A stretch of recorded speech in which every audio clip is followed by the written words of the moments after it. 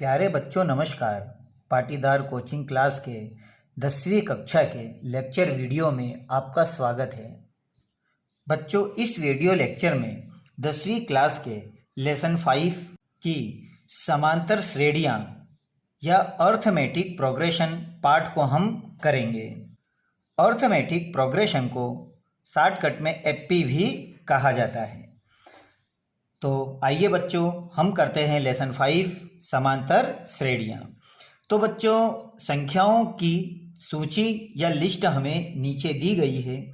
इस लिस्ट पर हम विचार करते हैं। इस लिस्ट में मुझे 1, 2, 3 और 4 दिया गया है, लेकिन यहाँ पर गौर करने की बात है कि 1 में 1 जोड़ने पर मुझे 2 प्राप्त हो रहा है, और 2 में 1 जोड़ने पर मुझे 3 प्राप्त हो रहा है, और 3 में 1 जोड़ने पर मुझे 4। तो बच्चों, मैं बहुत आसानी से इसका अगला पद प्राप्त कर सकता हूं, क्योंकि मुझे मालूम है कि इस सूची के प्रत्येक पद में 1 जोड़ने पर अगला पद प्राप्त हो रहा है। तो मैं अगर 4 में 1 जोड़ूंगा तो मैं अगला पद प्राप्त कर सकता हूं, अर्थात 5, और 5 में 1 जोड़ूंगा तो 6, और इस तरह से मैं आगे के भी पद निकाल सकता हूं। तो कहने का मतलब है कि इस सूची में 1 जोड़ने पर मैं अगला पद प्राप्त कर सकता हूं। सेकंड नंबर की सूची में मैं देखता हूं कि 100 में से 30 घटाने पर मुझे 70 प्राप्त होता है, और 70 में से 30 घटाने पर मुझे 40, और 40 में से 30 घटाने पर मुझे 10 प्राप्त होता है। तो इस तरह से मैं इस सूची का अगला पद भी प्राप्त कर सकता हूं, क्योंकि मुझे पता है कि प्रत्येक पद में -30 करने पर अगला पद प्राप्त होता है। तो 10 में से अगर -30 को घटाया जाए तो मुझे मिलेगा -20, और -20 में -30 को अगर घटाया जाए तो मुझे मिलेगा -50। तो इस तरह मुझे पता है कि इस एपी के प्रत्येक पद में -30 करने पर मुझे अगला पद प्राप्त होता है। ठीक उसी तरह से थर्ड वाले सवाल में देखिए, इन्होंने दिया है -3, -2, -1 और 0। अब बच्चों, मैं यहाँ देख रहा हूं कि प्रत्येक सूची में +1 करने पर मुझे सूची का अगला पद प्राप्त हो रहा है, क्योंकि -3 में +1 करोगे तो -2, -2 में +1 को करोगे तो -1, और -1 में +1 को करोगे तो आपको 0 मिलेगा, और 0 में +1 करोगे तो आपको 1, और 1 में 1 को जोड़ोगे तो आपको मिलेगा 2। तो इस तरह से आपको सूची के अगले पद प्राप्त हो गए। तो यहाँ पर मुझे +1 करने पर अगला पद प्राप्त होता है। ठीक उसी तरह से 3, 3, 3, 3। तो यहाँ मैं देख रहा हूं कि इस सूची के प्रत्येक पद में 0 को जोड़ने पर या घटाने पर मुझे अगला पद प्राप्त हो रहा है। 3 में 0 को जोड़ूंगा तो 1 मिलेगा। उसी तरह से अगले पद 3 में अगर मैं 0 को जोड़ता हूं तो मुझे अगले पद प्राप्त हो जाते हैं। तो कहने का मतलब इस सूची में अगला पद प्राप्त करने के लिए मैं 0 को जोड़ता या घटा रहा हूं, जिससे मुझे अगला पद प्राप्त हो रहा है। ठीक उसी तरह लास्ट सवाल में भी मैं देख रहा हूं -1.0, -1.5, -2.0 और -2.5। इसके प्रत्येक पद में -0.5 को घटाने पर मुझे अगला पद प्राप्त होता है।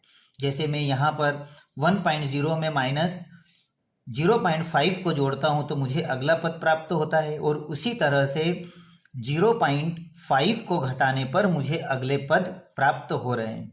तो 2.5 में अगर मैं -0.5 को और ऐड कर देता हूं तो मुझे अगला पद 3.0 प्राप्त होता है, और उसी तरह से इसमें मैं -0.5 को घटाता हूं तो मुझे -3.5 अर्थात अगला पद प्राप्त होता है।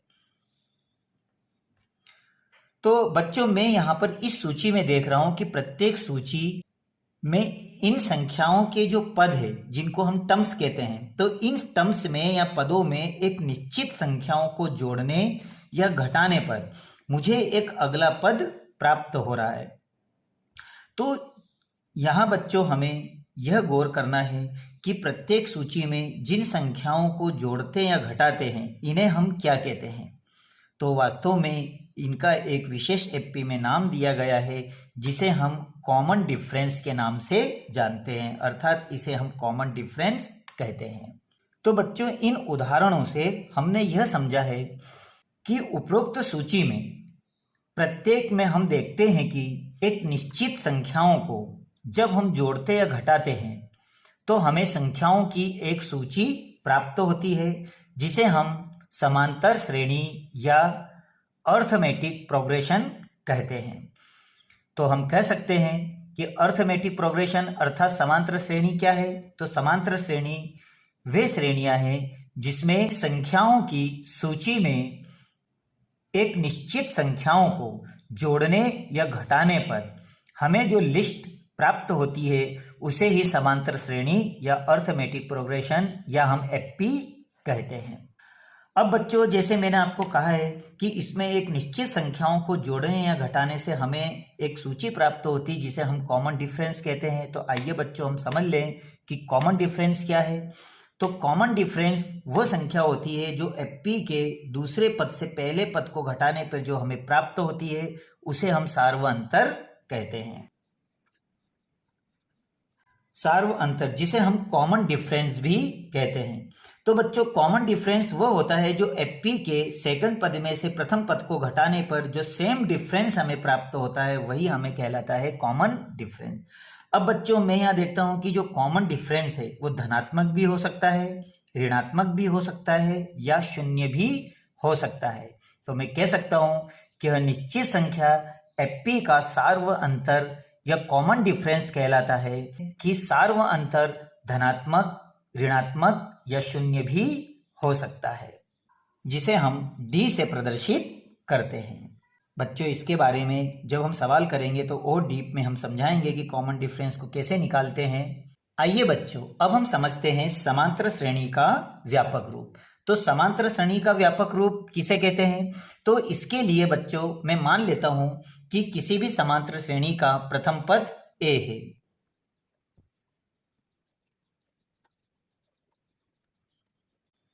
तो मैंने मान लिया कि समांतर श्रेणी का प्रथम पद ए है।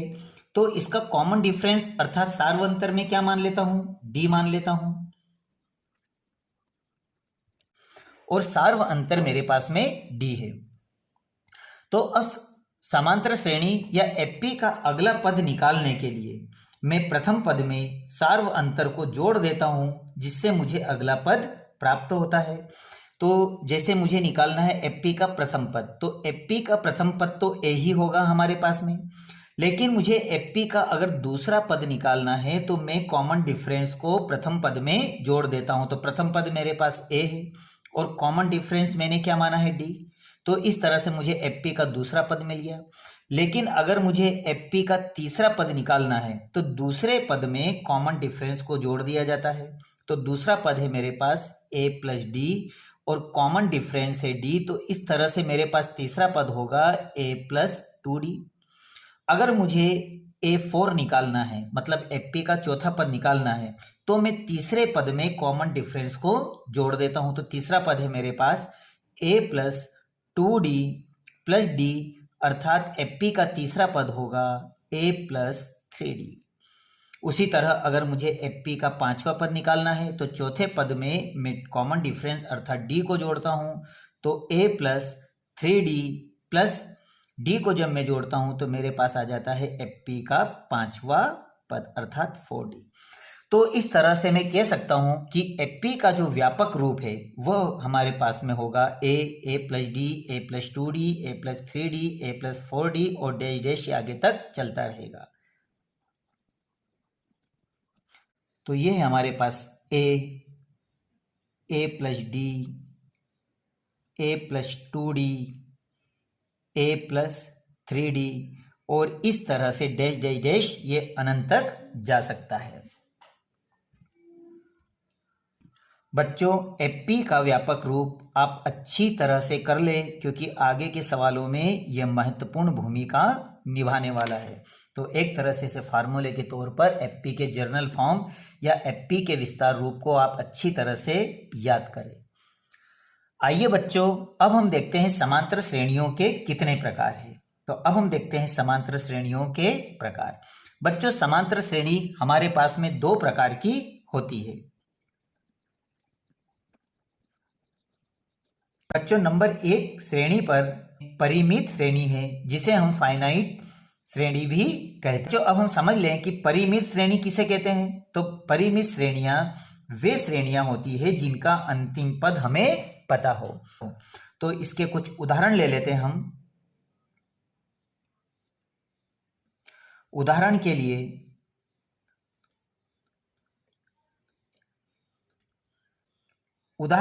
एक एपी ले लेता हूं मैं 2, 4, 6 और 8। अब बच्चों यहां मुझे इसका अंतिम पद पता है तो मैं कह सकता हूं कि यह वाली जो श्रेणी है यह मेरे पास में एक परिमित श्रेणी है। और भी इसके उदाहरण ले सकते हैं हम,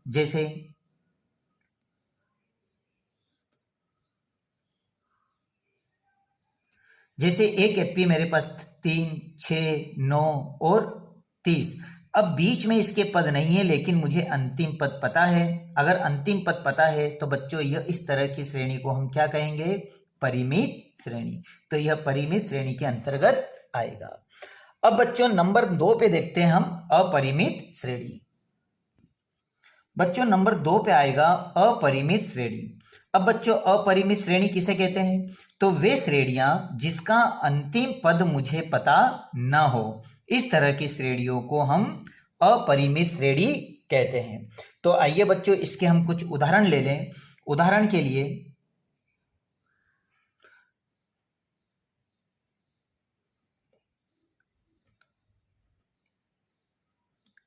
डैश डैश डैश डैश। अब बच्चों यहां पर मुझे जो एपी दी है इन्होंने, एपी 1, 2, 3, 4। बच्चों इसमें मुझे अंतिम पद पता नहीं है, इसलिए मैं कहूंगा कि यह इस तरह की श्रेणी को हम अपरिमित श्रेणी या इनफाइनाइट श्रेणी के नाम से जानते हैं।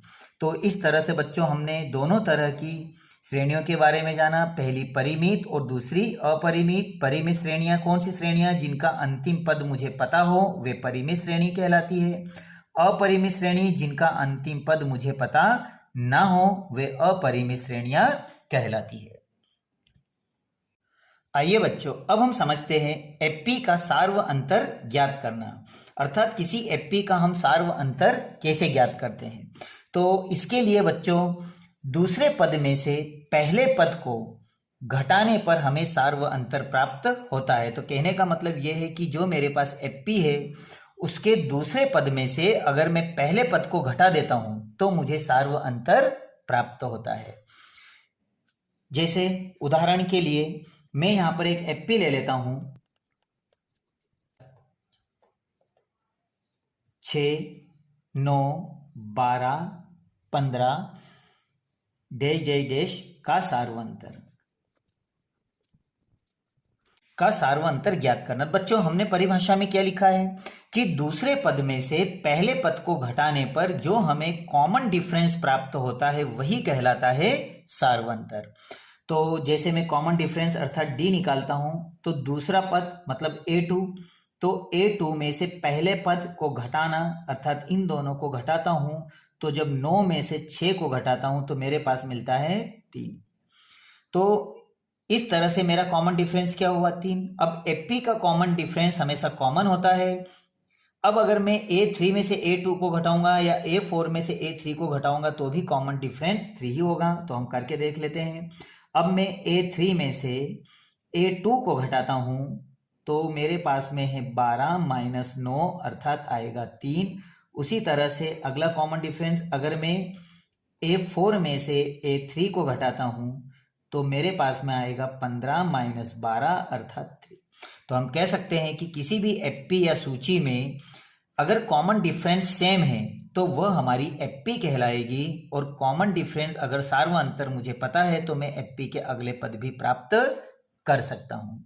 तो बच्चों आपको यह बेसिक बहुत अच्छी तरह समझ में आया होगा। Subscribe now and press the bell icon. Never miss an update.